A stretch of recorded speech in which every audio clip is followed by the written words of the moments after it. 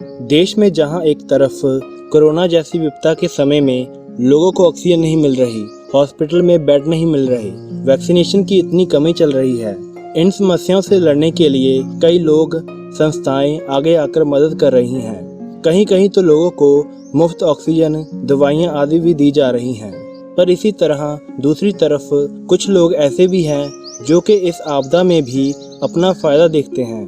वह चीज़ों के दामों में बढ़ावा करके ज़्यादा से ज़्यादा पैसा कमाना चाहते हैं। ऐसी कई घटनाएं सामने आई जिसमें लोगों ने ऑक्सीजन, वैक्सीनेशन को स्टोर करके रख लिया और बाद में जब बाजार में उनकी कमी हुई तो उनकी कीमतें आसमान पर पहुंचा दी गई। एक ऐसी घटना राजस्थान के जैसलमेर के गांव से सामने आई। यह घटना आशुतोष की है, जिनकी उनके गांव में ही एक दुकान है। उनकी दुकान में ज़रूरत का सारा सामान मिलता है। आशुतोष का गांव काफ़ी बड़ा है और गांव में दुकान भी एक ही है, तो उनकी ग्राहकी भी काफ़ी अच्छी हो जाती थी। तो दूसरी बात यह है कि आशुतोष सीज़न के हिसाब से अपनी दुकान में सामान लाते थे, जैसे कि होली में रंग, दिवाली में पटाखे और बसंत पंचमी पर पतंग उनकी दुकान में मिल ही जाते थे। कोरोना के केस भारत में काफ़ी तेज़ी से बढ़ रहे थे। कई जगहों में लोगों की मौतों की खबरें भी आ रही थी। एक दिन आशुतोष की दुकान पर गांव के कुछ व्यक्ति खड़े बातें कर रहे थे। उनमें से एक व्यक्ति ने आशुतोष से कहा कि भाई आशुतोष, तुम्हारी दुकान तो सीजन के सामान के लिए काफ़ी मशहूर है, पर इस समय कोरोना का सीजन चल रहा है और तुमने अपनी दुकान में ना तो कोई मास्क रखा है और ना तो सैनिटाइजर रखा है। यह बात कहकर वह दोनों व्यक्ति वहां से चले गए। उनके जाने के बाद आशुतोष ने काफ़ी सोचा कि उनकी बात तो सही है, इसलिए वो अगले ही दिन शहर सामान लेने के लिए चल पड़ा। पर शाम को वह शहर से हताश होकर वापस आ रहा था, क्योंकि शहर में उसको ना तो मास्क मिले और ना ही सैनिटाइजर। पर वो अपनी दुकान में बैठा सोच रहा था कि अगर वह यह सारा सामान ना लेकर आया तो लोग उसके बारे में बातें करेंगे, उसकी दुकान चौपट हो जाएगी, कोई भी उसकी दुकान में सामान लेने के लिए नहीं आएगा।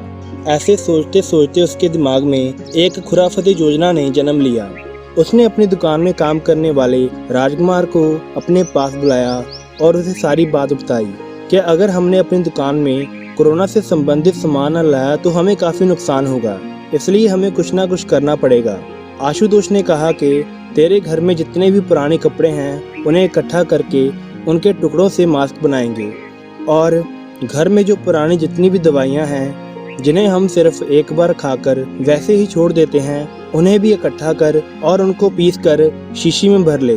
इसको हम लोगों को कोरोना की दवाई कहकर बेचेंगे और बाथरूम में हम जब नहाकर हटते हैं तो बचे हुए पानी को इकट्ठा कर और उनको शीशियों में भर ले।